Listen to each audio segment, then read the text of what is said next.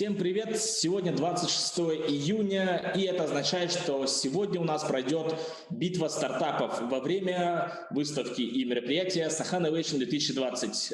Меня зовут Жирков Николай, и мы сегодня оценим, посмотрим на выступление 8 команд.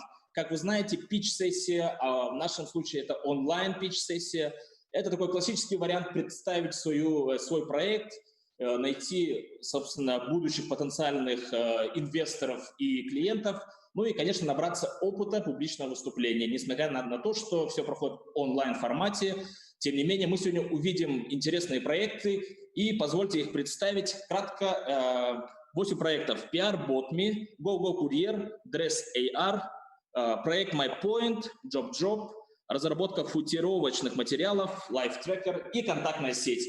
Но подробнее ознакомиться просим посмотреть видео следующее, которое познакомит вас с нашими командами. Итак, внимание на экран.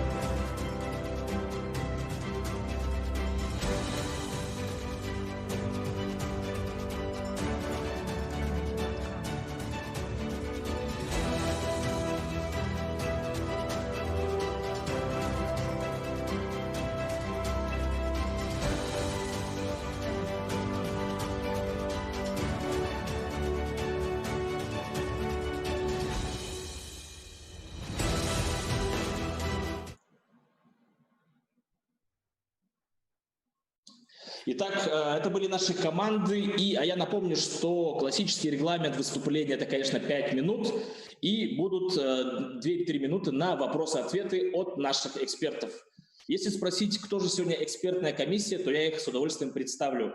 Федоров Аян, пиар-менеджер компании Майтона, Птицына Вера, заместитель генерального директора венчурной компании Якутия, Слободчакова Анна, временно исполняющий обязанности генерального директора бизнес-инкубатора Республики Саха-Якутия, и Андреев Георгий, заместитель министра инноваций Республики Саха-Якутия. Итак, эксперты у нас готовы, команды готовы, и первый выступает команда IT Sales с проектом PR.bot.me. Смотрим их материал.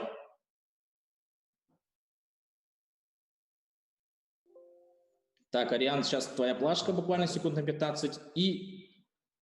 А как демонстрацию это сделать?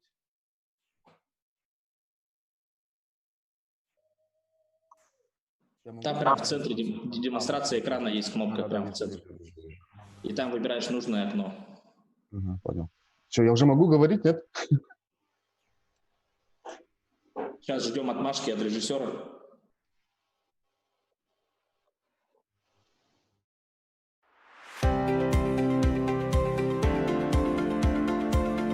Еще то сказать или сразу после демонстрацию? Итак, выступает первая команда с проектом PR.bot.me. Итак, Ариан, время пошло, мы тебя слушаем. Всем привет, меня зовут Ариан Попов, я представляю компанию PR.bot.me. Но лучше всего за меня расскажет небольшое видео, которое сейчас запущу.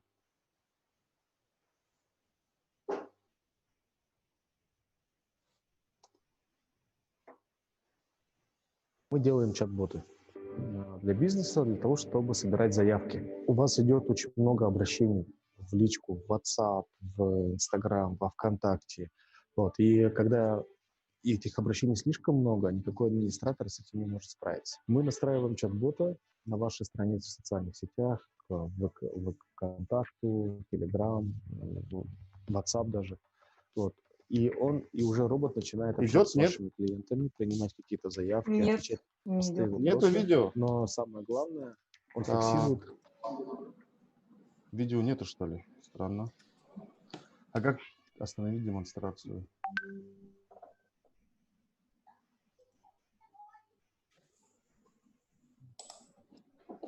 Интересно. Так, видео. Она не хочет его вставлять, что ли? Вот же, по идее, ролик о нас. Каждую заявку он собирает. Идет видео, нет?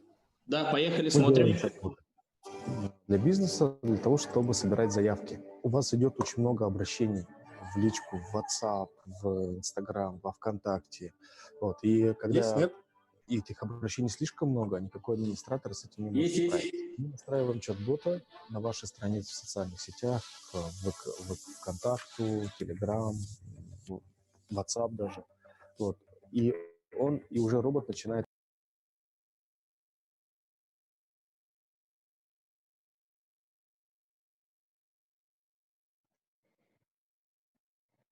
У меня почему-то звук исчез. Да, чтобы возвращать клиента. Мы работаем очень много с ресторанами, доставками еды, и им важен, получается, не сами продажи, потому что чаще всего продажи они все-таки делают, а именно сбор отзывов. Весь негатив не уходил куда-то там в социальные сети. Если человек недоволен, ему сразу приходит сообщение, допустим, что ли вам понравилось, да, если там посетитель ресторана, или он заказал какую-то еду на дом, и ему потом через 2 часа приходит сообщение, все ли ему понравилось. И если человеку что-то не понравилось, он сразу же пишет этот негатив, и это не уходит куда-то дальше.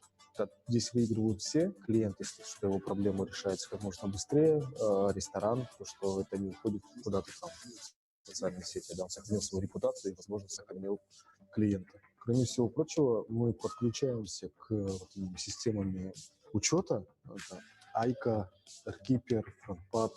Мы можем подключиться почти к любой системе. Робот видит заказы и отправляет по клиентам там запрос на отзыв. Он еще может транслировать какую-то бонусную систему. Причем это как у ресторанов, так и у обычных компаний. Получается, он может, если по необходимости, брать у людей анкетные данные, класть их там в 1С или в Айка, и потом выдавать номер карты. Получается, массовое распространение очень легкое. И потом клиенты могут писать на WhatsApp номер, допустим, и там написать команду баланс. И им придет их баланс бонусов. Или, допустим, там статус дисконтной карты, какая у них скидка и сколько нужно им там еще потратить денег, чтобы перейти на следующий уровень скидки. Там, да. Еще наш чат-бот очень пользуется популярностью у салонов красоты, фитнес-центров, медицинских клиник. Там очень важно делать напоминания. Кроме того, что мы делаем онлайн-запись клиентам через WhatsApp, и чаще всего, если ему не напомнить, там, 30% они просто забудут и не придут на запись к врачу или к какому-то мастеру в салоне красоты или там на первую тренировку. Иногда некоторые из них подключают смс-информирование, смс-напоминания, но смс очень дорогие, там 2-2,5 рубля. А наш робот, он делает это там, раз в 5 дешевле и покрывает абсолютно всех клиентов.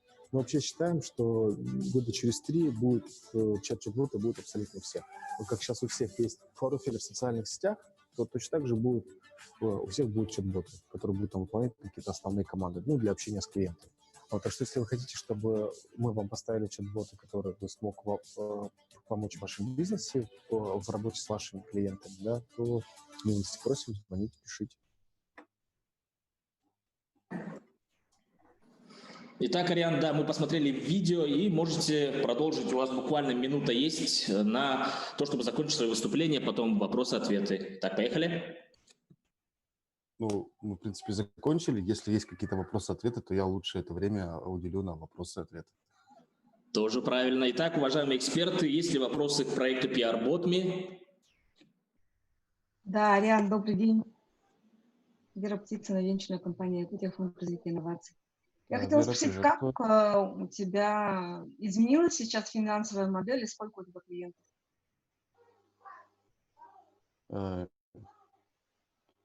Финансовая модель. Мы сейчас действительно думаем о том, чтобы сделать там небольшой пивот, пересмотреть то, что мы делали раньше. Вот. Но, в принципе, кстати, клиенты, да, вот во время пандемии, до пандемии они стали падать. Потом, когда первые 2 недели коронавируса, когда случилось, клиентов стало вообще, очень-очень мало, потому что мы работали с салонами красоты. Они просто взяли, все отказались в последний момент. Там порядка 30 или 40 салонов по России. Потому что говорят, мы закрываемся, все. Вот. Но мы стали работать с магазинами, уже потом как бы больше с интернет-магазинами стали там, ну, для них сделали там одно интересное предложение, после которого, ну, сейчас у нас клиентов пока что не так уже много, это в районе 40. Вот. Но самое главное, у нас есть довольно крупные клиенты, и вот наш бот помогает вот, правительству Якутии, OneClick, по крайней мере, вот, распространять информацию про эпидемию, про коронавирус в WhatsApp. Вот. Спасибо. Так, спасибо, да, вопрос был интересный, но, может быть, еще у кого-нибудь еще есть вопросы к Ариану? Да, Ариан, здравствуйте. Это Георгий. Здравствуйте, здравствуйте, Георгий. Да. Ариан, вот да, мы знаем вашу систему, активно сейчас ее используем, да, вот в борьбе с коронавирусом. Вот, я знаю и отзывы, и так далее, да. А вот скажите, пожалуйста, у вас уже есть такой, ну, существенный багаж вот использования, да? А вот из нестандартного что-то было, там, какой-нибудь интересный поворот, там, или какой-нибудь клиент, который вот, ну, вы же вот пытаетесь выходить на какой-то, ну, на российский, да, может быть, даже дальше рынки, или вот, может быть, расскажете о каком-то вот таком далеком клиенте, которого вы обслуживаете? Самый далекий клиент у нас в Симферополе, в Крыму. Вот, когда в прошлом, ну, он пришел там в прошлом году, и он чуть ли не единственный, который вот очень активно использует бота и имеет прямо очень хорошие результаты в деятельности. Но это потому, что у него есть человек, тоже удаленно в Питере, по-моему, сидит, как девушка, мессенджер-маркетинг. Она ведет мессенджер-маркетинг, она там занимается копирайтом, интересными рассылками. Они прямо вот делают очень плановую, очень классную работу с клиентами, с теми, кто писал в бота. Какие-то интересные рассылки, игры, еще что-то. Вот. И мы это смотрим, и это дает очень-очень большие плоды. Потому что когда вот начался коронавирус, очень многие же рестораны закрылись, там, да, они начали переходить на доставку. Вот. А мы посмотрели, как у него дела обстоят. У него там, ну, вначале не очень сильно спало, а потом он как бы очень быстро нарастил продажи именно на доставку. Я думаю, он там, возможно, он там в Симферополе чуть ли не, ну, один из тех, у кого во время коронавируса на доставку очень сильно увеличилось, там, да, увеличились количество заказов. Спасибо. Ответил? Ага. Да, спасибо. Хорошо. Так, привет. У меня вопрос. О, Меня зовут отлично. Аян Федоров, я менеджер компании Майтона. И у меня вопрос, какие дальнейшие перспективы у вашего проекта? Ну, то есть вот с учетом коронавируса, вот после того, как пандемия пройдет, какие-то вот для себя заметки сделали, чтобы в дальнейшем не было оттока клиентов и так далее? И либо типа упор на на других клиентов, или ну, какие выводы вообще сделали? Вот? Ну, во время коронавируса, если честно, получилось так, что мы очень сильно работали. Ну, много работы было. В принципе, как работали, так и будем работать, потому что перспективы очень большие. Как вот я в видео говорил, что мы думаем, что там года через 3, максимум через 5 эти чат-боты будут у всех, там, у любого цветочного магазина. Вот, ну, вот как 5 лет назад там никто не думал, что у каждой компании будет там аккаунт в Инстаграме и в социальных сетях, да, а сейчас он у всех. То же самое будет и с чат-ботами. Вот. Естественно, мы постоянно развиваемся, улучшаем, делаем какие-то, ну, новые интеграции, ну, смотрим за определенными трендами. Вот.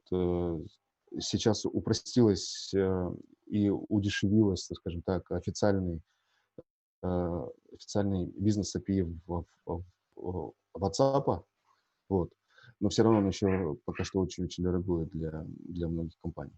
Вот. Ну, так что еще вот на прошлой неделе, по-моему, да, на прошлой неделе, даже на этой неделе опять разрешили использовать Telegram.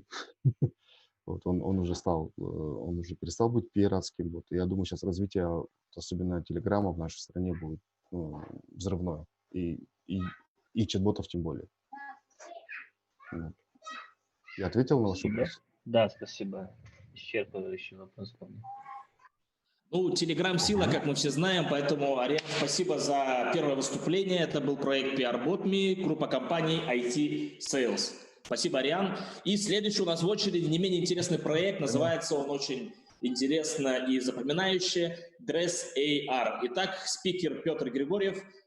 Как только видеокарточку закончит, давайте пока проверим демонстрацию.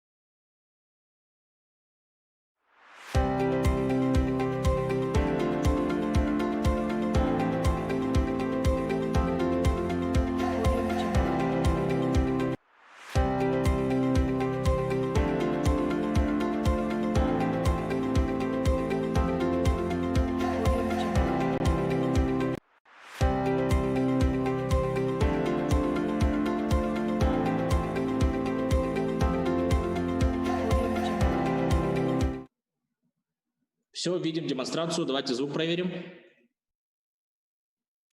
Слышно, да? Да, чуть погромче. Хорошо. Так.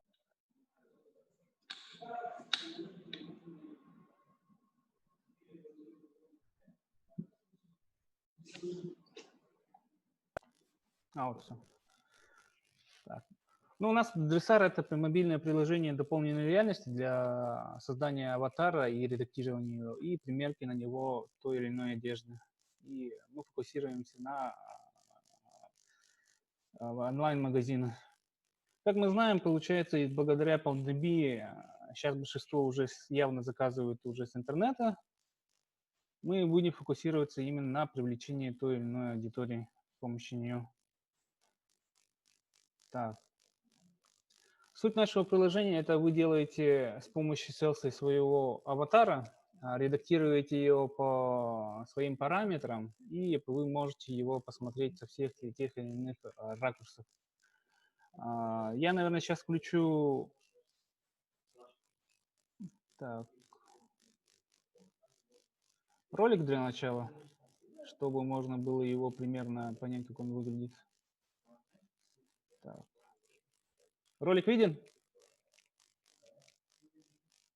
Угу.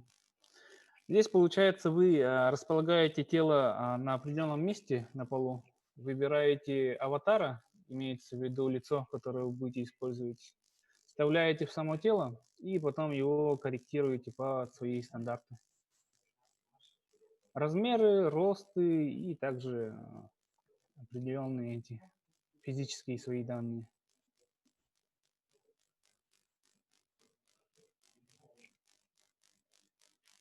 Сейчас мы на данном моменте работаем над самим приложением, чтобы он работал адекватно, и работаем над бэкэндом.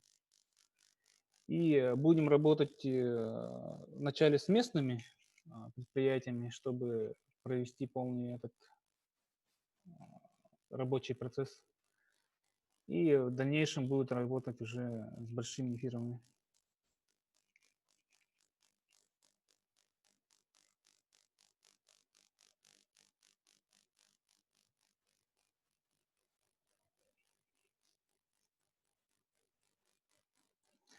Вы можете, получается, расположить свою модель на любом месте и осмотреть его со всех сторон. Ну, принцип работы мы посмотрели. Сейчас посмотрим на нашу бизнес-модель.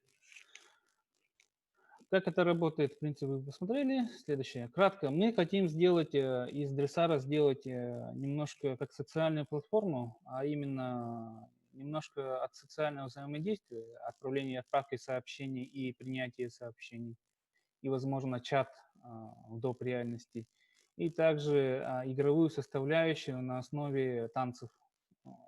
Почему выбрать танцы? Потому что это является самым виральным, так называемым, направлением в мире, особенно для молодежи, которая, ну, вот, тот же возьмем для того же примера TikTok, 41% является тинейджерами от 16 до 24 лет, и большинство всех этих так называемых виральных действий, они являются с танцами. Ну и людям самим нравится танцевать, ну и, скорее всего, также они захотят заставлять танцевать своих персонажей и делать из них так называемые там группы, типа там кей-поповские группы и так далее.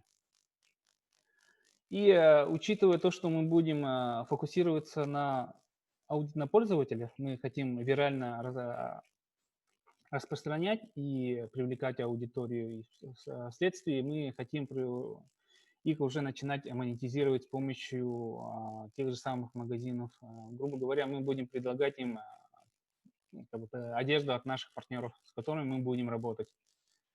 Например, как это выглядит там на моделях и как это будет выглядеть на самом уже человеке. И вы сами должны уже примерно гадать, как это все будет выглядеть.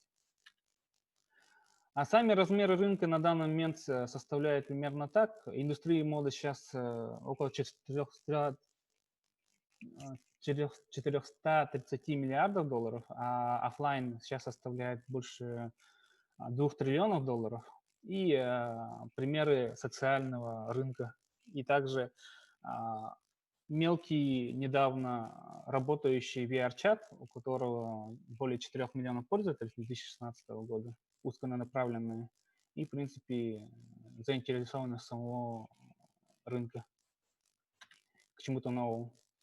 Наша основная бизнес-модель – это продажа внутриигровых покупок в самом приложении. Это скины, анимации мы будем использовать для той же игры в Dance Battle.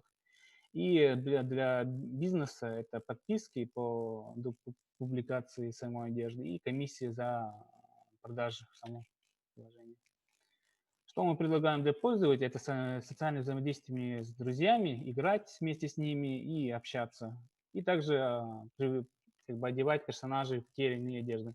Можно даже встыкись там с тем же фейсапом, превратить из друга в женщину и там одеть во что угодно. И с этого кекать такого формата.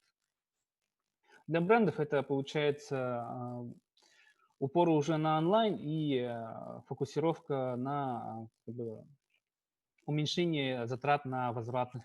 Большинство сейчас магазинов, которые продают онлайн, они имеют большие убытки по возвратам. Получается, из 10 товаров купленных, там около 4 возвращаются в большинстве случаев. Так, ну, аналоги наши – это RSnap, VRChat и Follow. Это фокусированные на дополненной реальности социальные сети и социальные площадки. VRChat – это наш аналог для VR того же самого, и он является одним из самых популярных в данное время. Его можно там посмотреть на YouTube, там много кто вылаживает ту или иную информацию. Очень хорошая реальность в этом направлении.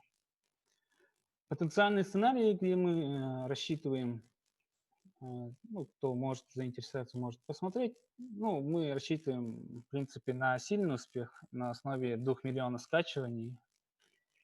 Так, и там в среднем по 10 тысяч в месяц активных юзеров. Наша команда, контакт. В принципе, все. Если есть Спасибо. вопросы, задавайте. Спасибо, Петр. Да, вопросы, комментарии, пожелания.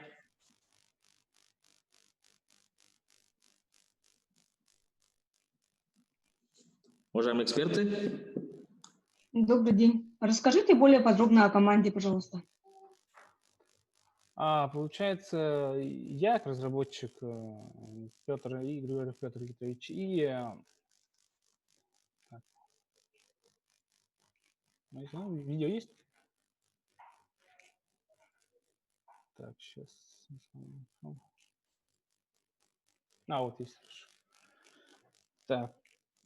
Ну, я являюсь основным разработчиком, и этим есть два моделлера на удаленке, которые работают над самими моделями и одеждами, и двое сейчас также работают над интерфейсом самого приложения. И еще один работает на как бы бэкэнде. Это старая презентация, там не обновилась еще, как бы еще не обновили. Сейчас я сейчас занимаюсь в основном упаковкой проекта, чтобы работать уже с бизнесом, рассылкой именно предложений. Учитывая то, что пандемия сейчас сильно, как бы сказать, упор для магазинов сделала в онлайне, заинтересованных в приложении будет гораздо больше уже. Петр, а вот у меня вопрос, если можно. Не, Вера, продолжайте, я в конце задам. Хорошо, спасибо. Я хотела уточнить, а у вас самые главные конкуренты это кто? Вы кого видите? Самые основные конкуренты это получается именно как бы с каждого направления там по определенному конкуренту есть так называемый 3D, как его назывался, не помню точно, я название его забыл. Получается, есть у нас аналог, который работает чисто уже с интеграцией. Они интегрируют в сами магазины их предложения. И у них фокус на этом идет, уже напрямую работать с бизнесом. А у нас упор уже идет по большей части на аудиторию, именно привлечение аудитории, чтобы потом ее уже саму монетизировать. Как-то так. Есть также социальные платформы, которые не монетизируются, они просто есть. Те же самые Artsnappy, iFollow, там уже монетизация у них за счет идет внутриигровых покупок. Там в основном количество моделей, которые можно использовать одновременно, и там какие-то определенные анимации. Это так. А именно прямого конкурента, который использует точно такие же наши направления, на данный момент нету. Ну, и ближайшие есть, конечно. К примеру, есть не Zoomer, я их название уже некоторые забыл. Но есть, в общем, много фокусированных на создании своих аватаров тоже приложений. В большей части они фокусированы на именно мультяшного типа. Как его, блин, сейчас я вспомню. Название забыл немного. Спасибо. Вы имеете в виду Zepeta, да, который? Да, Zepeta, во, я вспомнил их. Они фокусированы как раз на этом, и они больше мультяшного типа и больше социальной сети. Мы пытаемся именно по большей части в игровую часть упор сделать. Именно на тех же челленджах того же TikTok, где танцевать и шериться между пользователями. Спасибо. Может быть, еще вопросики? Ну, лично у меня нету, вполне исчерпывающе рассказали мне. Ага. Ну вот тогда у меня вопрос, Петр, такой более общего характера. Ты вроде давно начал, и меня всегда интересовало, почему именно VR и AR? Почему именно вот этот из множества, я не боюсь этого слова, вариантов, выбрал именно эту технологию? Я и выбрал именно AR в связи с тем, что это не по большей части не из-за того, что хайп и так далее, и там новая технология, а по большей части из-за того, что это именно дает полное понимание, как будет примерно выглядеть на тебе. К примеру, когда ты используешь 3D-модельку обычную, ты его не понимаешь всех тех или иных размеров, аспектов. К примеру, ты даже можешь там приблизить там, с помощью экрана, но это не будет тебе давать полного, как сказать, не погружения, а именно осознавания. Когда ты используешь уже 3D-модели в реальном пространстве, ты уже более погружаешься в само понятие и воспринимаешь уже модель больше, как сказать, ну, более реальным, чем, к примеру, на том же экране того же телефона. Можно, конечно, использовать на телефоне, просто там модельку поставил, подвигал, посмотрел, но это не дает того, что может дать тоже та же дополненная реальность. Мгм. Ну все, спасибо. Это был проект Dress AR. Можно отключать камеру. Следующий проект не менее интересный под названием MyPoint. Спикер команды.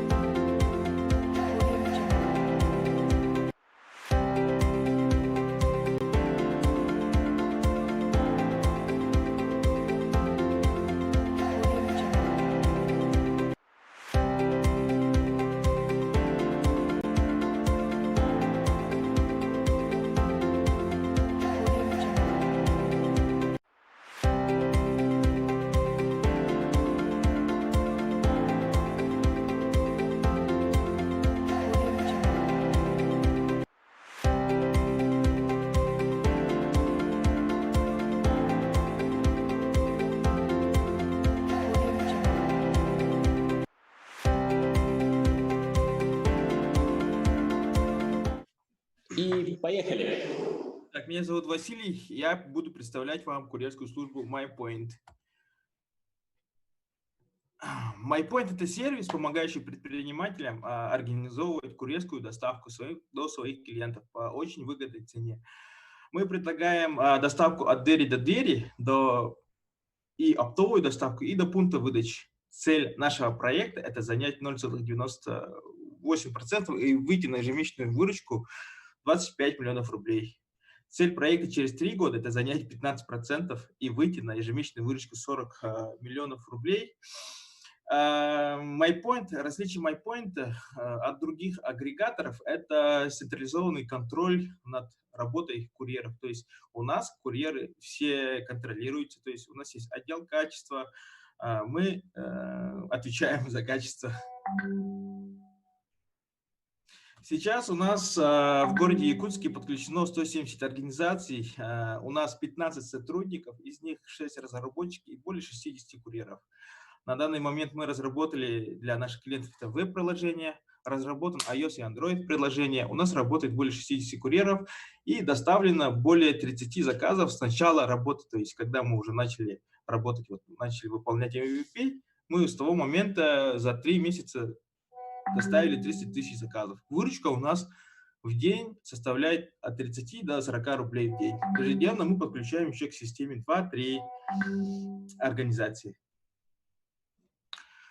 Наши преимущества – это выгодные цены. Оптовые доставки у нас начинаются от 125 рублей. Удобное оформление заказа через веб и Android iOS приложение. Оперативная связь с диспетчером, который отвечает за качество выполнения услуги. При оформлении заказа возможность увидеть время прибытия курьера. И все наши курьеры проходят обучение. Так, далее. Тарифы. У нас доставка до двери клиента до 3 километров 150 рублей. Далее за каждые 2 километра мы берем плюс 50 рублей. Оптовая доставка до двери до 3 километров 125 рублей, плюс 25 рублей за каждый дополнительный километр. А доставка до пункта выдачи просто 100 рублей. Мы работаем с организациями, мы помогаем доставлять цветы, мы помогаем доставлять подарки, еду, продукты, лекарства, одежду, документы и технику. Так, ключевые наши конкуренты, это же, конечно, Яндекс, да, Delivery Club и вот Сбермаркет. У Сбермаркета оборот более 2 миллиардов рублей, чистая выручка с 400 миллионов рублей и более 16 городов. Есть даже слухи, что региональный менеджер Сбермаркета уже у нас в Якутске. Так, доля MyPoint в 2021 году составит 200 миллионов 79 миллионов в год. В 2023 году мы планируем сделать 4 миллиарда рублей в год. Общий целевой рынок России – это 30 миллиардов рублей в год. Именно это рынок срочных доставок.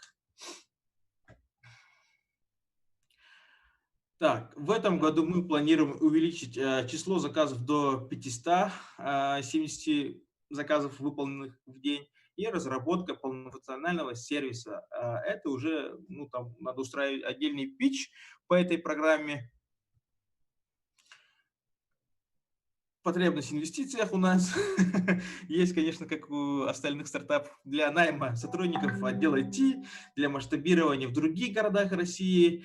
Мы же готовим сейчас ПО для курьерских служб, и MyPoint, вот это вот курьерская служба, на которой мы тестируем как раз-таки вот эту программу, и мы будем как раз-таки этой программой масштабироваться по России и дать бой таким гигантам, как Яндекс.Еда и Delivery Club, и так далее. Конечно, для найма сотрудников и для интеграции с популярными конструкторами интернет-магазинов GSCard, Equit, InSales. Ну, чтобы у них очень много клиентов по всему миру, и они хотят, чтобы у них тоже были курьеры. Мы хотим создать модули, чтобы любой человек тоже мог открыть в любом городе точку, ну, в нашей системе. Ну, там имя и логотип все меняет под себя. И таким образом очень быстренько открывает курьерскую службу и начинает работать. Укомплектованный офис с нужным оборудованием, удобством и комфортом, это естественно. Оборудование для курьеров. Оборудование курьеров – это форма, термосумки. К сожалению, они очень дорогие. Ну и транспорт, и грузовики, легковые авто. Это не обязательный пункт. Основатели стартапа – это я, Сергей Василий Николаевич, и СТО Семен Алексеевич. Все. Так, спасибо, Василий, за выступление, оригинальный способ, зато мы знаем теперь, как вы выглядите. Но эксперты, тем не менее, у экспертов все равно будут вопросы, поэтому, если вы готовы, то мы слушаем.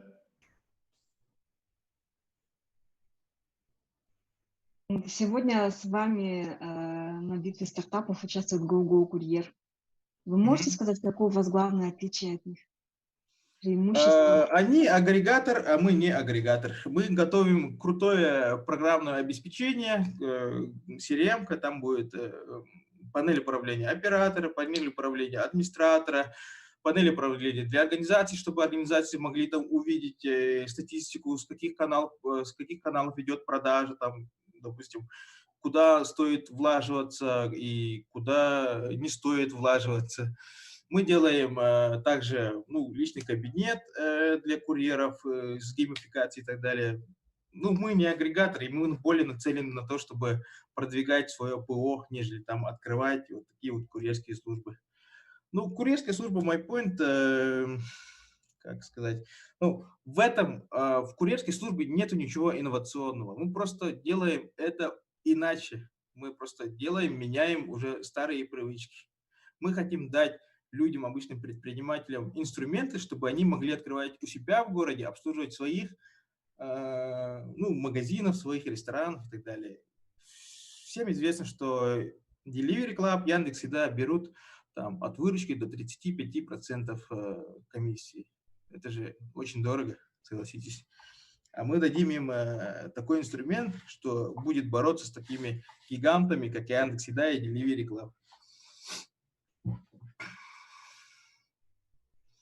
А можете более подробно рассказать о планах развития? Планы развития. Мы сейчас развиваемся как курьерская служба. Мы тестируем все на MyPoint. У нас более 170 организаций подключено.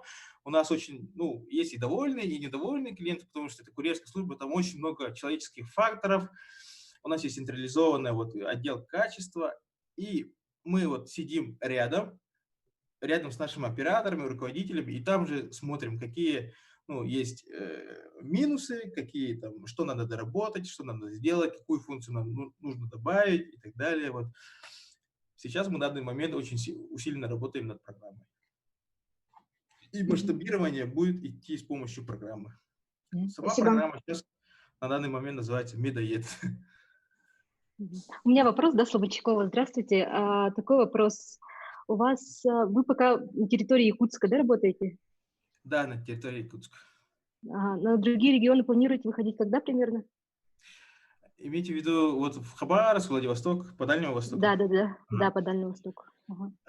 В этом году мы допилим программное обеспечение. Ну, все зависит от обстоятельств. Если мы сделаем это очень быстро. Мы вообще запустили MyPoint за 3 месяца и там обогнали, не знаю, там многие рестораны по доставкам и так далее. Очень быстро там все подключали.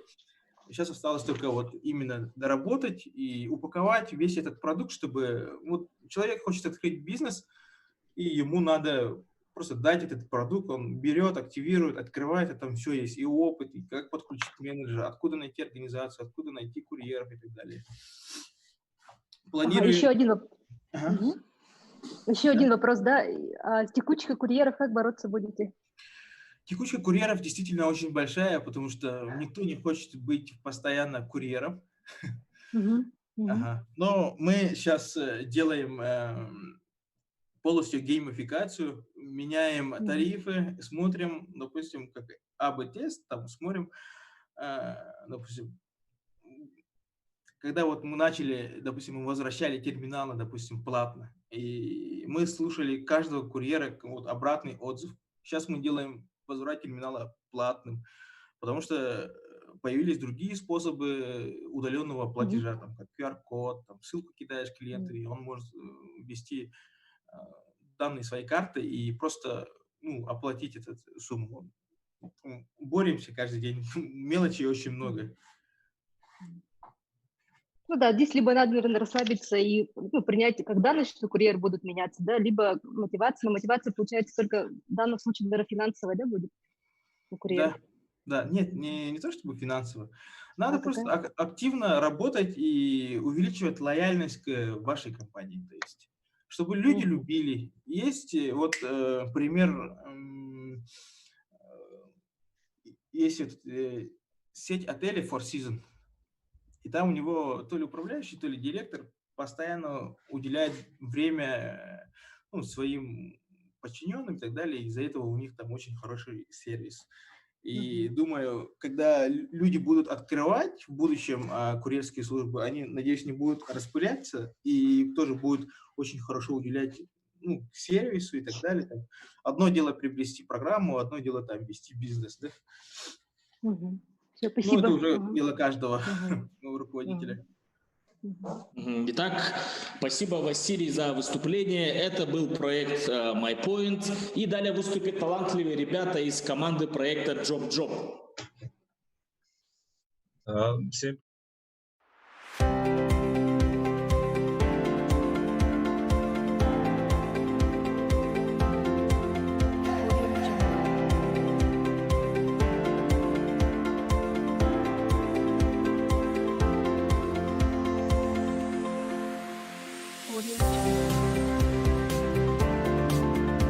Подождите. Итак, поехали. Ну все, всем привет, меня зовут Семен, я вот представляю компанию JobJob. Да, что ж, поехали. В каждом городе, что это организатор попросил включить видео. Вот меня видно, да, сейчас? Алло? Да, все видим, отлично. В каждом городе и регионе есть люди, да, которым могут понадобиться разовые работники очень быстро. Есть люди, которые готовы оказать услуги, чтобы подзаработать. Как в народе говорят, браться за халтуру, да? И чтобы пытаться решить свою проблему, они должны рыться в разных досках объявлений или узнавать через знакомых. А наш сервис позволяет этим людям находить друг друга моментально. То есть заказчик пишет, что нужно сделать и сколько он готов заплатить, а исполнитель находит из ленты подходящей для себя работы. Мы запустились год назад в городе Якутске, сейчас работаем только тут, и мы растем. За год наше приложение установило более 40 тысяч людей, это 10% всего населения города Якутска. Имеем 40% активных пользователей, и за год было опубликовано более 24 тысяч заказов, из них 95% выполнены. И исполнители через наше приложение заработали более 25 миллионов рублей. С февраля по май месяц количество заказов мы увеличили в 4,6 раза. Если в феврале этого года у нас было 340 заказов, то в мае 1905 заказов. А в июне за 2 недели мы набрали около 1500 заказов. Charm rate у нас равен 25%, средняя стоимость клиента 14 центов, и за год мы потратили около 36 тысяч $. В ближайшие 3 месяца будем монетизировать сервис, и на этой паре у нас появляются конкуренты сервисы вроде Юду и Propi.ru. Но эти сервисы очень жесткие к пользователям, да? То есть они берут исполнителей за один только отклик заказу. Это минимум 75 рублей. И неважно, выбрал ли тебя заказчик или нет, деньги-то исполнители не вернут, а у нас монетизация будет более лояльной, да? То есть исполнитель покупает подписку в среднем на неделю за $1,5 и будет иметь неограниченный доступ к заказам. Исходя из лояльности, отток исполнителей должен быть минимальным. Если с нами останутся хотя бы 50% исполнителей, и если каждый из них хотя бы будет один раз в месяц брать подписку на неделю, то в месяц наш доход будет равен $5000. Это только внутри Якутска. В ближайшие 1,5 года мы планируем расширяться и расти, выйти на города Дальнего Востока, Сибири и на страны Средней Азии, а также попробовать одну из стран из Юго-Восточной Азии. И как вариант сейчас рассматриваем страну Малайзию. И для этого мы вот сейчас ищем инвестиции до $300 тысяч, и эти деньги будут направлены на маркетинг, на развитие и на команду. Наша команда сформировалась более 10 лет назад.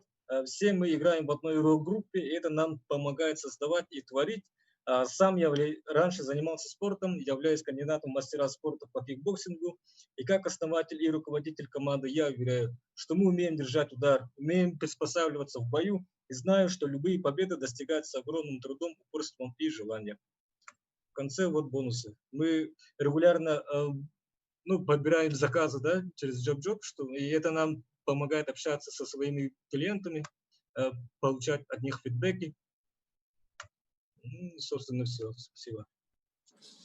Отлично, мы вас также благодарим за яркое выступление, было интересно, и не зря я говорил про талантливую команду. Ребята играют отличную музыку, такой музыки очень мало в Якутии, так что творческих успехов, а от экспертов Спасибо. Вопросы, подарки в виде вопросов. Эксперты? Спасибо. Я вот сама пользуюсь этим приложением вашим, да, не раз пользовалась услугами по мелкому ремонту. И хотела вот спросить, с 1 июля вводится новая система налогообложения для самозанятых. Вы это как-то учитываете, да, при, как это называется, при подборе персонала? Наш сервис выступает как бы, как платформа, да, и заказчики, и исполнители, они общаются между собой напрямую. То есть они договариваются с собой напрямую, и, естественно, налоги исполнители, они, свои налоги они должны будут платить, но мы это, как сказать, мы свои налоги платим, они свои налоги платят.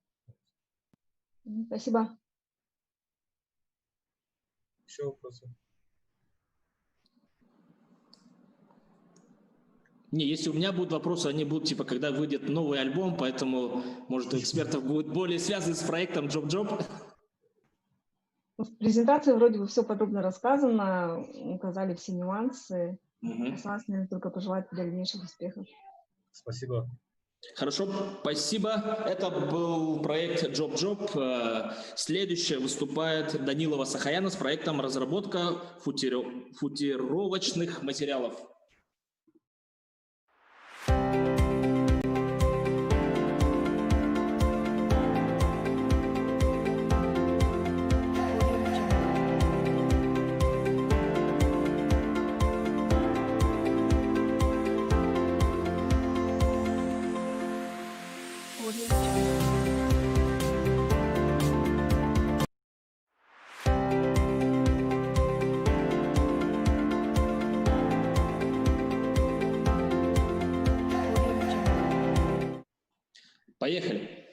Здравствуйте, меня зовут Данила Сахаяна, я являюсь аспирантом химического отделения, и разрешите представить тему разработка защитных пленок для футировки металлических изделий из сферы высокомолекулярного полиэтилена, модифицированная наполнителями.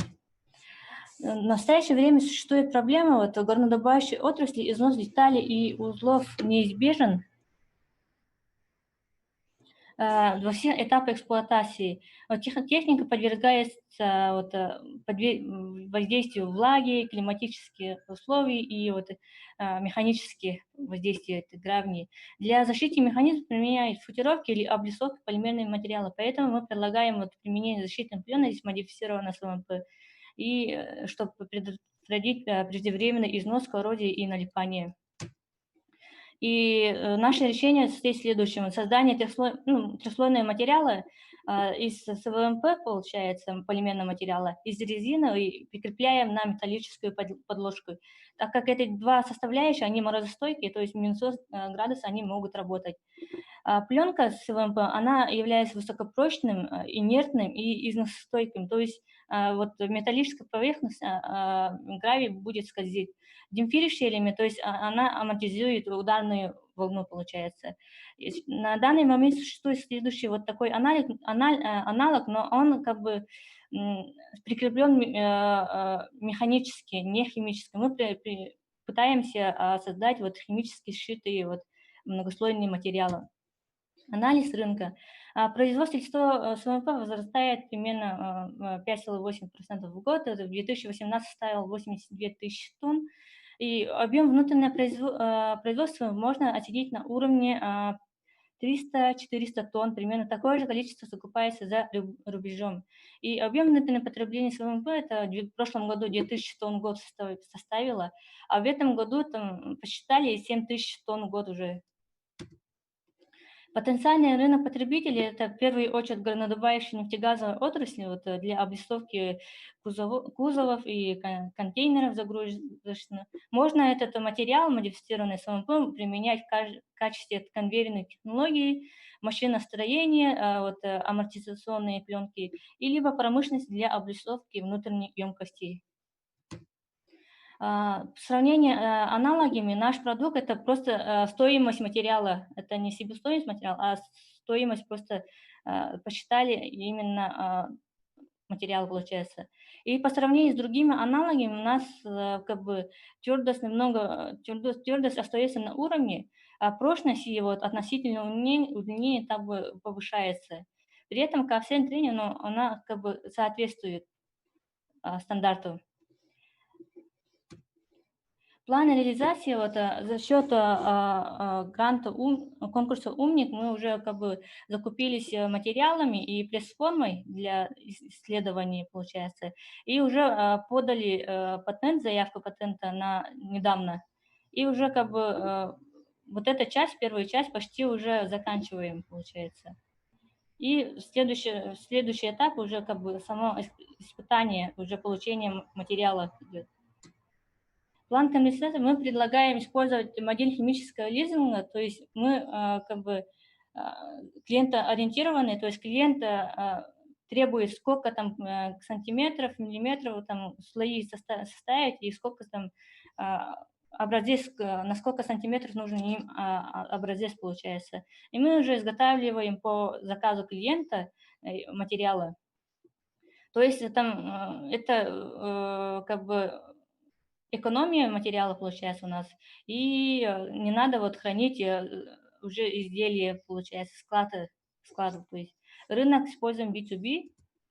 Команда наша состоит из следующий участник, это Василий Андрей Петрович, он занимается, то есть ведущий инженер УНТЛ полимерных нанокомпозитов, и Дьяконов Афанасий Алексеевич, у него патент есть по созданию двухслойного материала, и на основе этого патента мы уже всю эту работу составляем, получается. И спасибо за внимание. Спасибо, Сахаяна. Один из немногих проектов, который не айтишный, простым сленговым способом, но тем не менее очень интересный проект, поэтому экспертов, возникли ли у вас вопросы? Слушаем. Да, у меня вопрос есть. Сахаяна, вы говорите, что ваша технология ориентирована на производственный бизнес, да, получается? Да. На горнодобывающий и так далее. А вы не рассматривали в будущем, вот, допустим, на потребительский рынок? Просто вы говорите то, что это футировка, то есть, получается, это просто нанесение слоя, да, получается, такого, как краска. Да, защитный слой получается. Защитный Как слой, защитный да. Вот, слой, да. допустим, вы не рассматривали вот именно на потребительский рынок, потому что это было бы в некоторых случаях замечательным аналогом, таким покрытием, как Раптор, который защищает машины от царапин и коррозии, допустим. Ну, И- так, мы пока что рассматривали только горнодобывающую промышленность, такое время еще не было, а тут не видно на фотографии. Ага. И в будущем можно будет уже рассмотреть именно транспортные технологии, скажем так. Либо нефтегазовая промышленность, там, футировка, там, либо предприятия, которые вот, для защиты пола, как коврик использовать многослойный материал. Ага. То есть у вас это как пойдет, да, получается, дальше? Да, пойдет. Если- У нас сейчас уже как бы разработка технологий нанесения уже идет. Мы должны этот этап уже проработать, исследовать, и потом уже, когда будем искать клиентов нормально, и можно там уже рассмотреть. Угу. Все, в принципе, спасибо. А можно уточнить, как вы собираетесь рекламировать свой продукт? Вообще маркетинговая модель какая-то есть или нет? Пока мы это не рассматривали, получается. Мгм. Мы именно сейчас уже выходим на предприятия горнодобывающие. Просто выходим и спрашиваем, где можно применить такой материал, либо что можно изготовить для них и для защиты техники. То есть у вас пока нет, скажем так, окончательного продукта, да? Продукт есть, но мы должны его проработать нормально, хорошо, получается. Ага, Вот фотография была. Вот уже. Это уже Не видно. не видно, да? Видно? Вот видно. Ага, Да. вот. Уже химическая щита, вот. Толщину этих слоев можно уже коррелировать, исходя из заказов потребителя.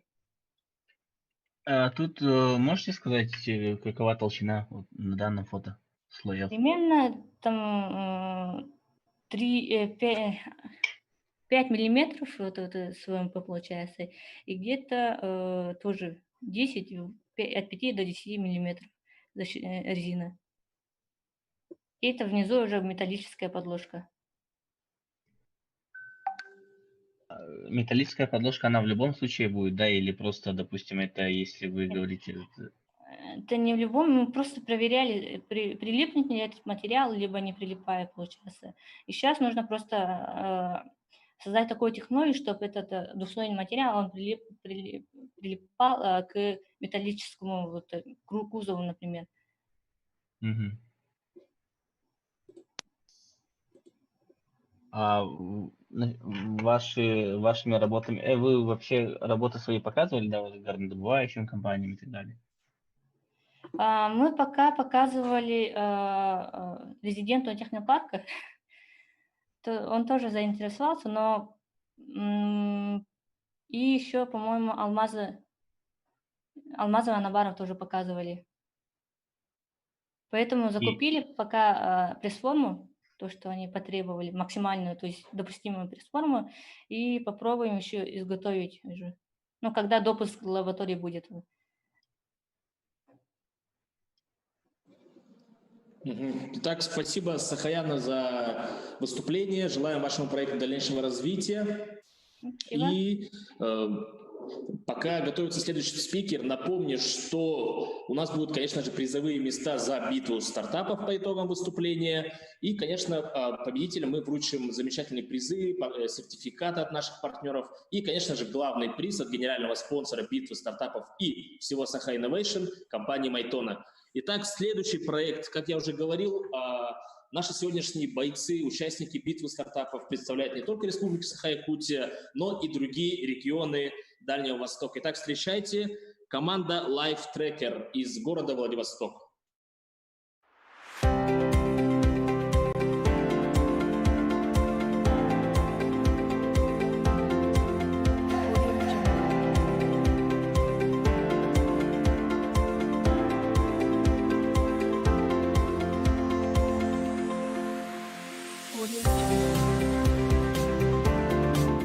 Итак, поехали.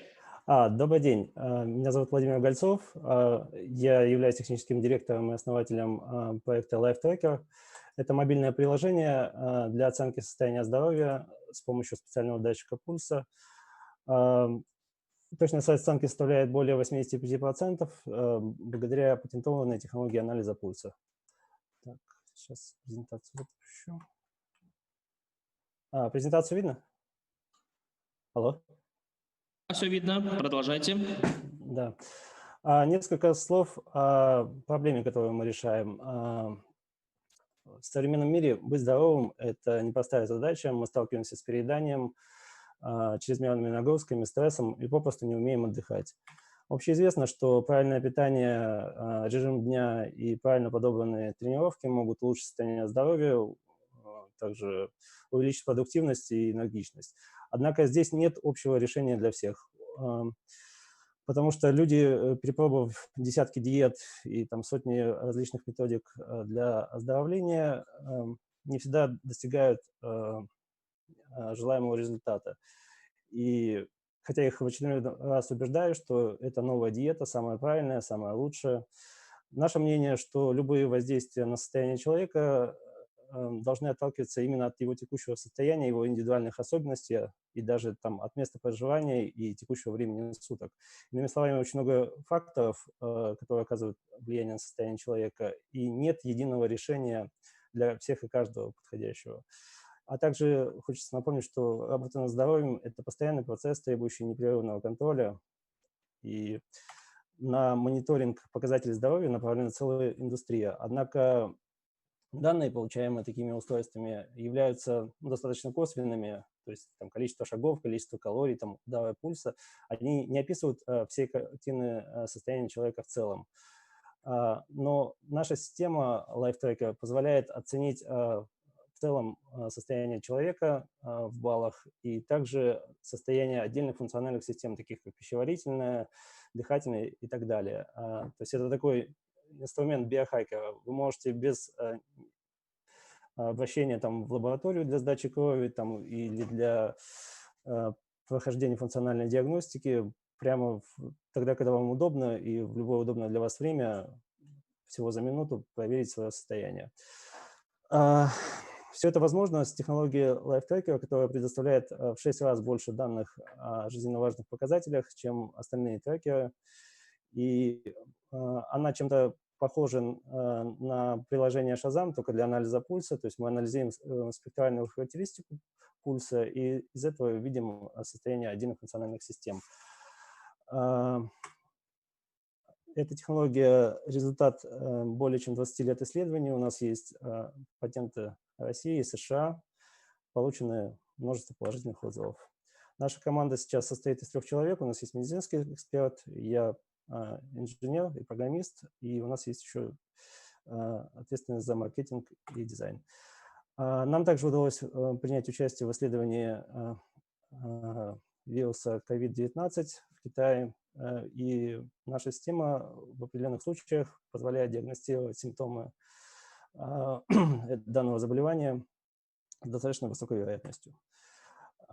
Если касаться оценки рынка данного, то рынок цифрового здоровья составляет более 86 миллиардов долларов на 2018 год составлял, и он сильно сегментирован.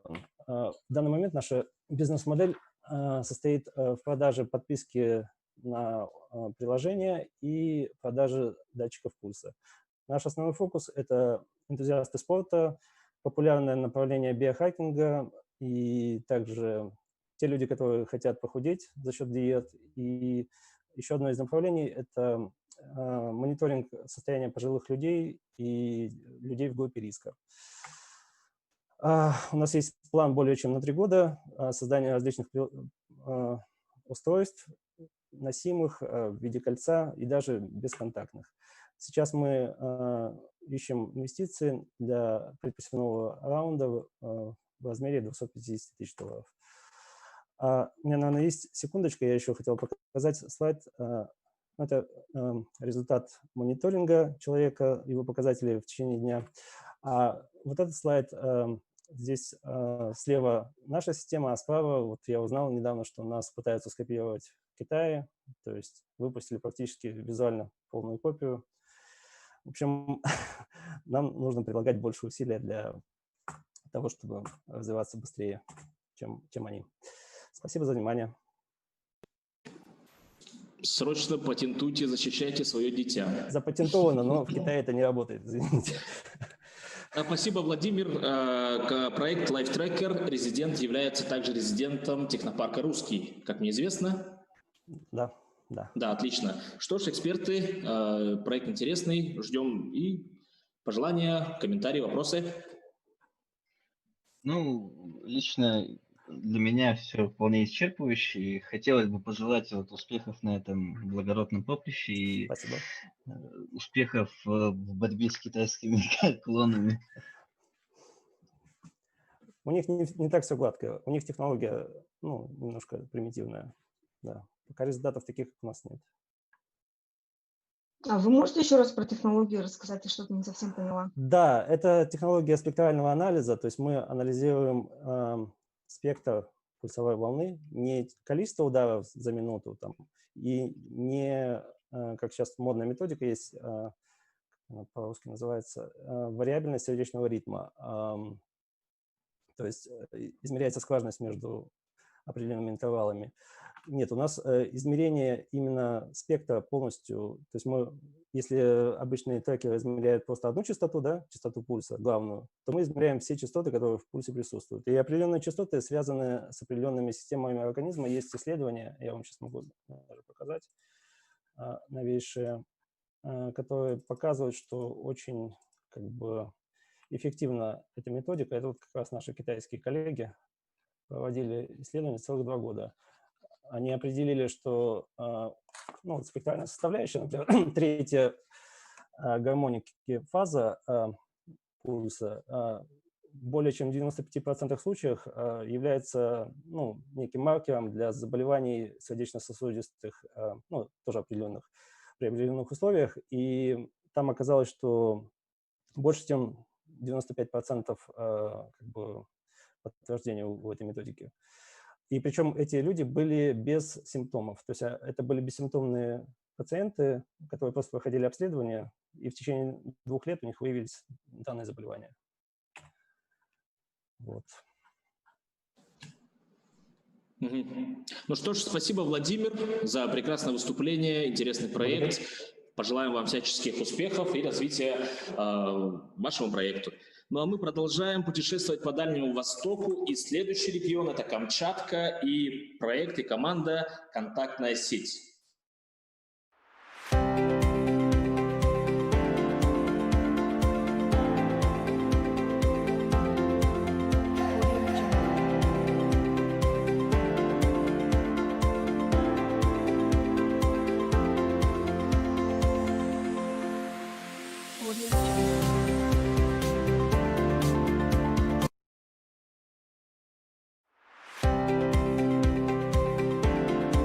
Всем привет, меня зовут Андрей Измайлов, я с Камчатки.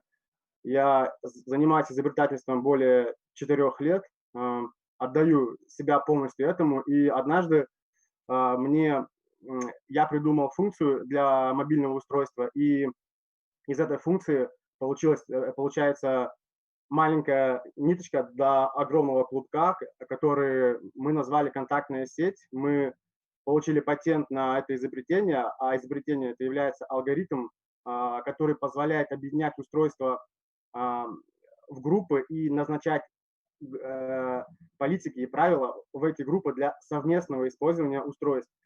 Я вам сейчас включу презентацию, та, которая была на конкурсе, которую мы выставляли. И я подумал, что нужна еще одна презентация для того, чтобы ее показать сегодня. Поэтому я сделал одна презентация видео, а другая будет в PowerPoint. Вот все будет быстро и понятно. Вот, включаю. Извините, сейчас я сделаю звук.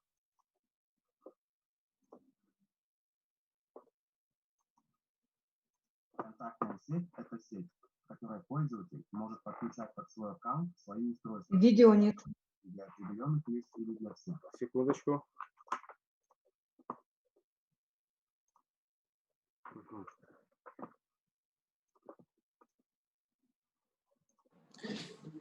Так, одну секундочку. Да, сможете отключить демонстрацию экрана и потом заново включить видео? Да. Где отключается демонстрация экрана? А, вот. Да. Так, я сейчас, получается, перетаскиваю видео, да? Видео тоже через демонстрацию. Да, я понял. Извините за этот косяк, потому что я Ничего страшного. в Zoom очень редко. Так, меня, получается, видно, правильно? Да. Сейчас не видно видео? Нет. И демонстрацию тоже не видно? Окей, секунду.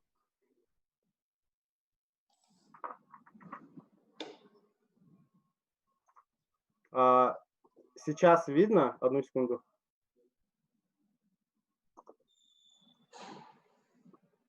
Видно? Презентацию. Только презентацию видно, да? Да. Вот это. Ну, тогда я начну с нее. Давайте. Да, чтобы не будем тратить время. Ту презентацию видео вы сможете увидеть на выставке, которая проходила, да, за которую там люди голосовали. В общем, мы увидели проблему. Существует проблема. Мы не можем свободно и совместно использовать функции интернет-вещей от разных производителей в одном месте. Как и большинство, ранее я не задумался о проблеме совместимости умных устройств и объединения их в группы. Мне это было неинтересно, не нужно. Но столкнувшись с этой проблемой, я погрузился в ее решение. Мне нужно было всего лишь, чтобы одно устройство могло попросить другое о небольшой услуге на некоторое время. А конкретно, чтобы телефон моего друга переключил мой телефон в беззвучный режим в то время, когда я бы даже этого не прикасался к своему телефону.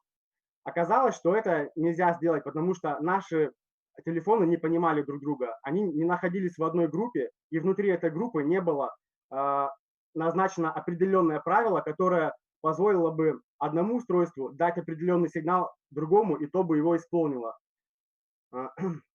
Спросите себя, если вы живете в мире с разрозненными сетями, может ли быть синергия умных устройств достигнута на 100%? Нет, не может.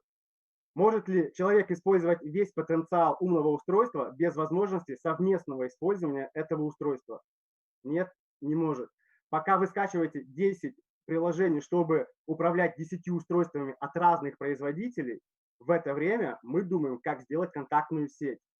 Пока вы не объединили решение задач цифрового плана в одном месте, в это время мы делаем контактную сеть. Мне задают вопрос, кому можно это продать и насколько большой рынок.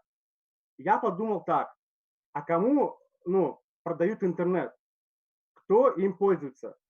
Им пользуются люди и устройства. Значит, люди и устройства и есть наш сегмент. Это те, для кого мы это делаем. Пока что умные устройства есть не у всех и не везде. Смартфон мы не берем в счет, это он есть у всех почти везде. Но всего через 5 лет смарт-устройства будут повсюду. Представьте количество устройств и компаний новых, созданных к тому времени, через 5 лет. Мы подумали, будет разумно, если не тратить время на изучение политик и правил каждой компании, которая производит технику. Будет разумно, если станет существовать то место, которое решит проблему малосвязанных и разрозненных сетей, в котором можно наладить совместную работу несовместимых устройств, в котором ты сам определяешь и настраиваешь правила взаимодействия этой среды. В месте, которое специально создано именно для умных устройств с целью упростить и сделать способы использования этих устройств выгоднее. Да, нужно показать людям, что есть некое место для умных устройств с внутренними правилами. Кто-то, кто вообще в теме смарт-устройств, увидит свое применение к этому месту, другие увидят по-своему. И потихонечку народ поймет, что есть некая сеть. Ее можно использовать совместно со своими устройствами. И еще открыть доступ к функциям других подключенных устройств разного плана и характера.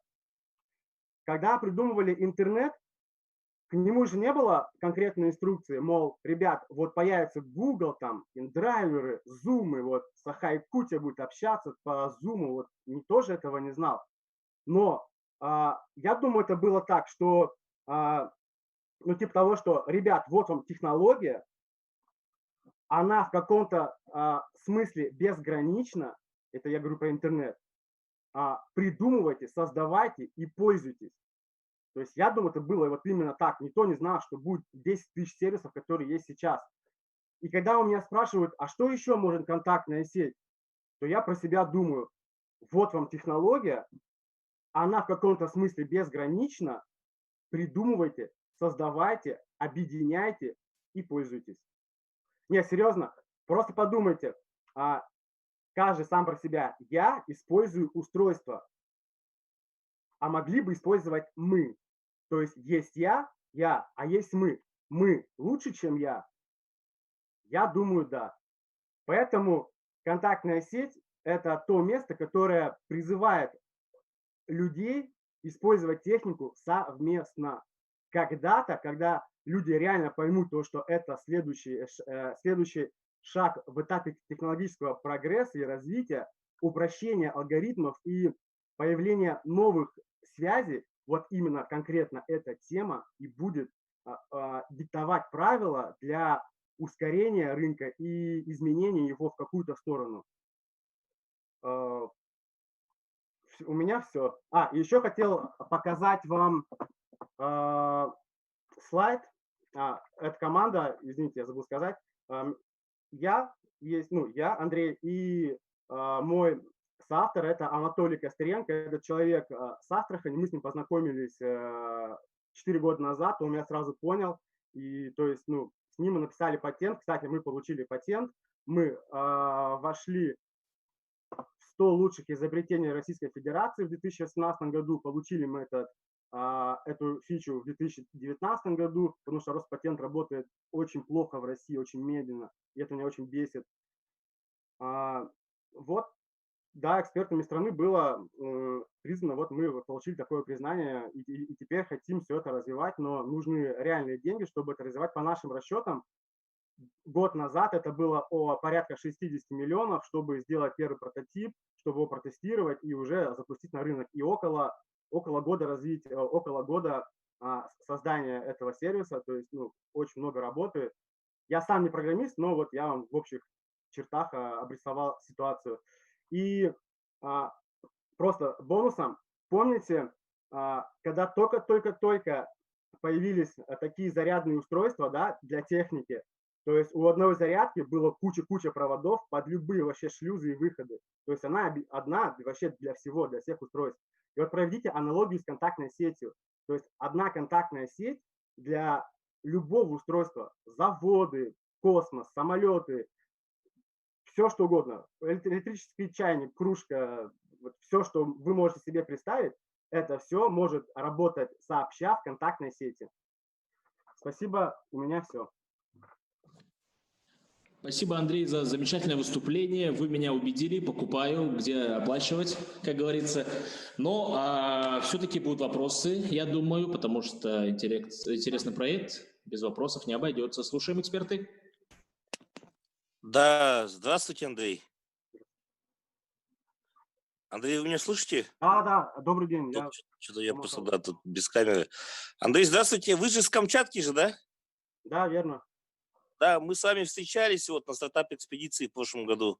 Да, было. Да, вы с этим же проектом были, да, значит, я... У меня не было ни презентации, ничего, я просто вышел, чтобы о себе заявить, просто сказать. Да, вот скажите, пожалуйста, я все понял, я тогда вот с вами лично тоже вот общался потом после этой стартап-экспедиции, да? А вы вот не думали запустить какое-нибудь простенькое приложение с какой-нибудь простой функцией, там хотя бы управление звонками, чтобы отключать звук, да, вот мы же также с вами обсуждали, да, ну, что вот, допустим, такой функционал иметь. Но Да, вот но это, приложение, да-да, приложение же, допустим, на Android, ну, довольно-таки, ну, что практически, да, получается у вас научная разработка такая, ну, как бы очень глубокая, да, и вот, чтобы в практике показывать, вот вы не думали запустить какое-нибудь простенькое приложение, вот, ну, опять же, для Android, я повторяюсь, да, чтобы вот, ну, наглядно показывать людям о правилах использования там сервиса и о возможностях, да. MVP сделать, да, какое-то вообще самое элементарное. Да-да-да, вот Да, я... вы правильно говорите, но чтобы вам вот было, вы все правильно сказали, да, можно сделать вот эту вот маленькую фичу, да, чтобы телефон, но это будет работать только между моим телефоном и вашим, потому что нужно будет завязать прошивку, да, то есть, ну, это нельзя будет сделать так, чтобы не появился самого алгоритма контактной сети, да, ну, я так как это понимаю, чтобы сделать даже вот эту вот маленькую часть, вот просто вспомните, вот сейчас, если кто-то позвонит, то рядом кто-то с вами сидит, если кто-то вам позвонит, вы же не сможете перевести свой телефон в беззвучный режим, не взять его в руки, понимаете? То есть 4 года назад я это придумал, и до сих пор этого никто не сделал. То есть, но мы все это время, мы получали патент, да, делали вот эти 100 лучших изобретений, искали инвесторов, летали туда-сюда. То есть люди настолько еще не готовы к таким кардинальным изменениям, они думают, что, ну, окей, да, там, совместное устройство, казалось бы, да, там мой телефон с твоим работает, но не все же не сходится на телефонах.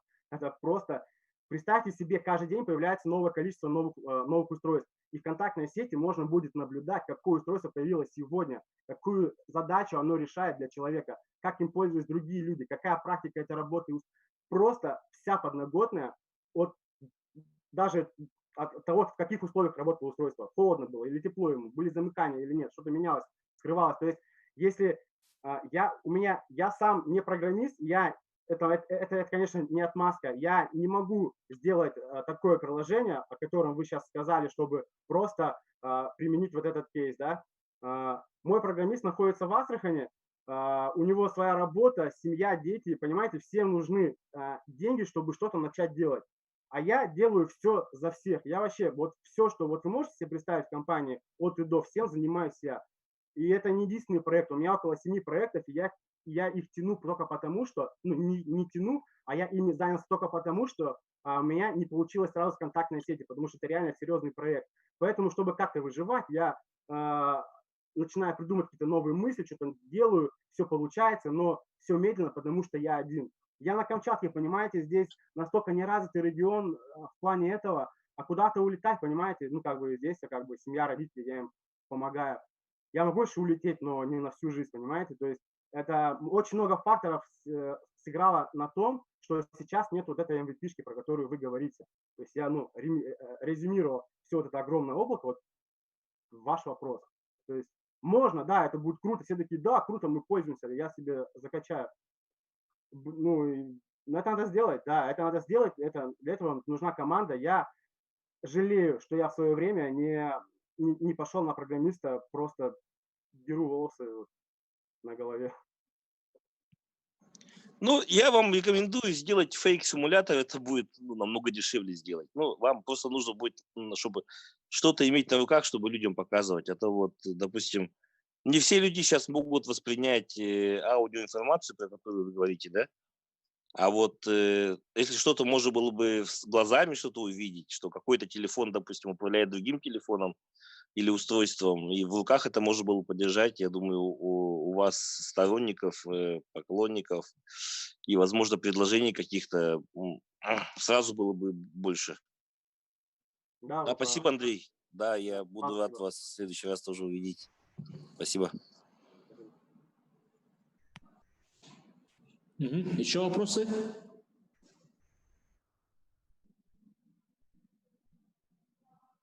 Ну, тогда, раз вопросов и пожеланий нет, они все равно проставят эксперты свои баллы соответствующие. Андрей, мы тоже пожелаем найти свою команду. Раз у вас 7 проектов, то у нас будет 7 потом стартапов в будущем. Встретимся. А вообще хочу пожелать, приезжайте к нам в технопарк Якутия, разберемся.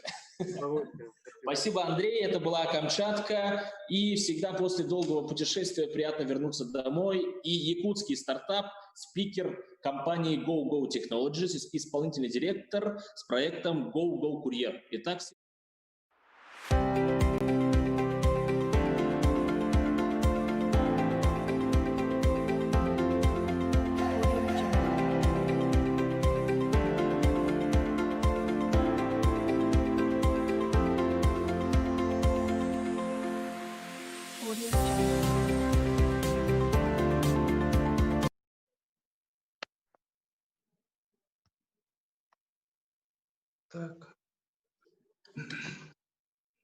Итак, Сергей, можете начинать, как только будете готовы. Демонстрация включилась, да, экран телефона видно.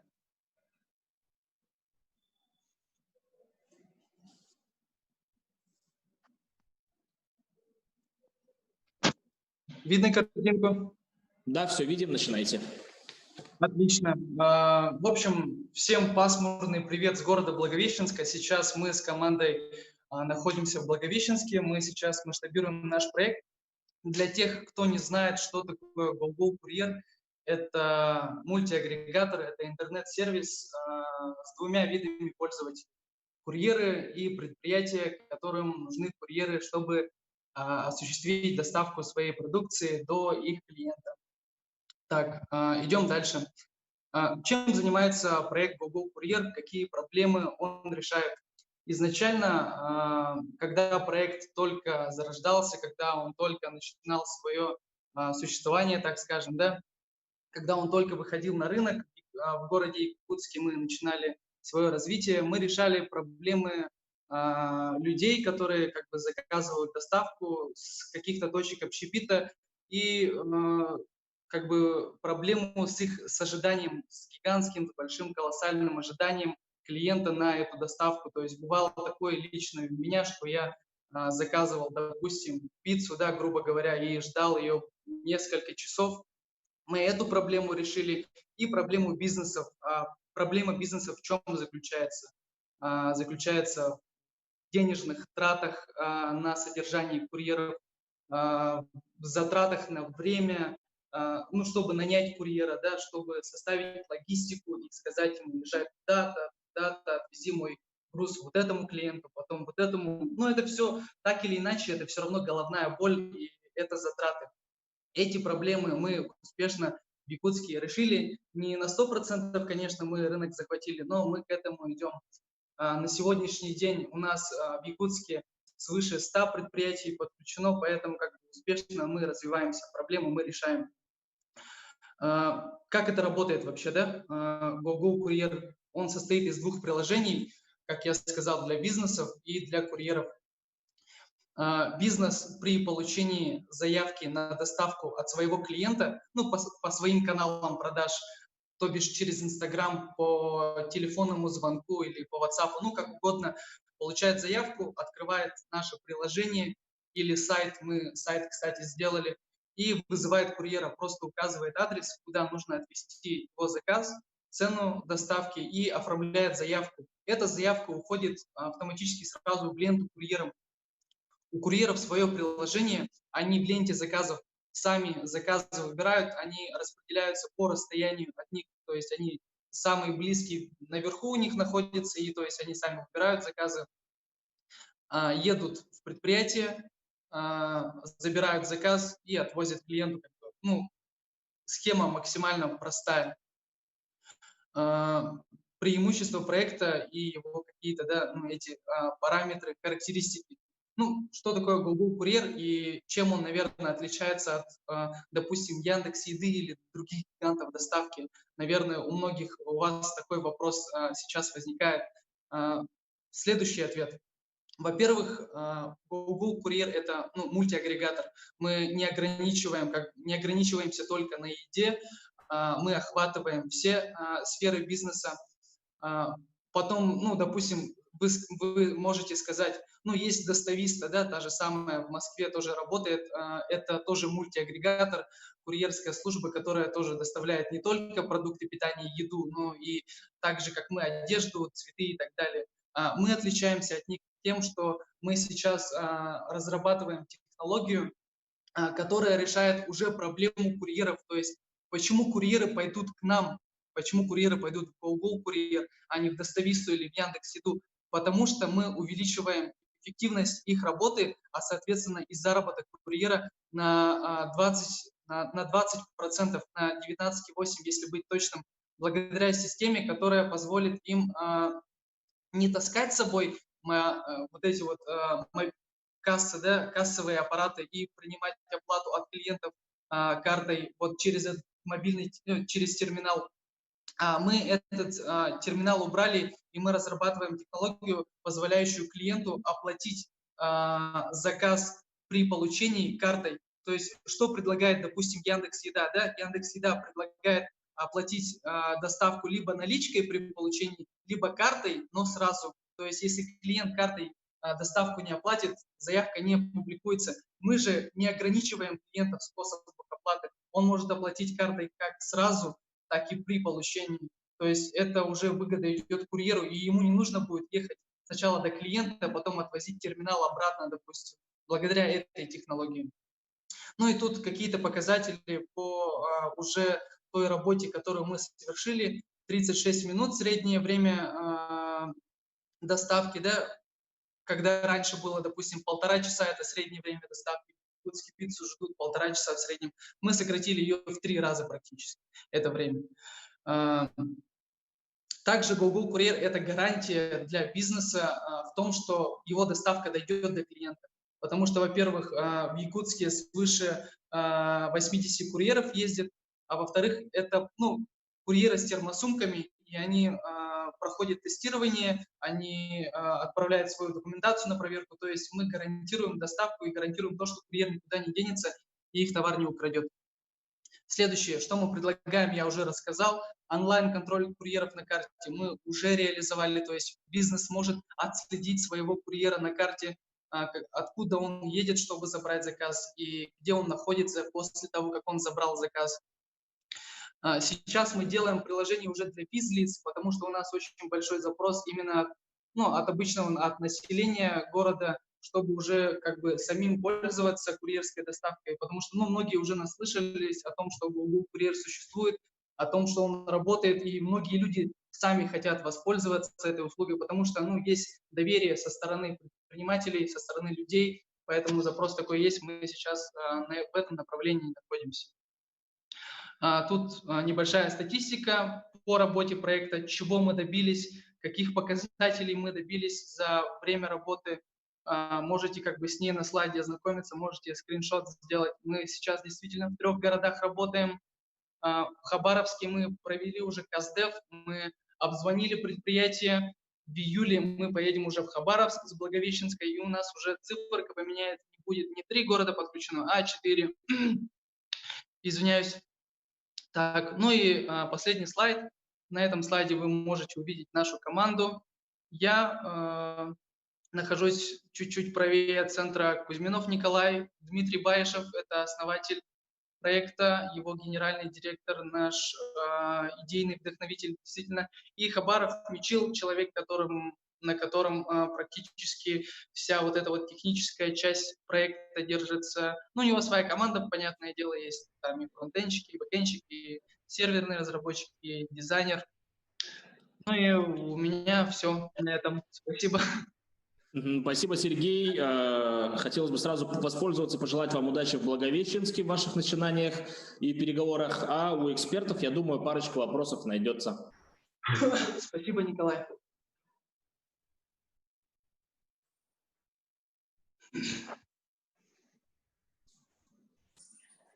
Эксперты, вы еще с нами? Да, здравствуйте, Слободчикова. У меня вопрос, такой. Я вот немножко прослушала, вы уже на другие рынки вышли или пока на территории Якутии? Вышли, да, вышли. Мы в Нерюнгри работаем уже. Ага. Там 10 курьеров сейчас работает и в Благовещенске.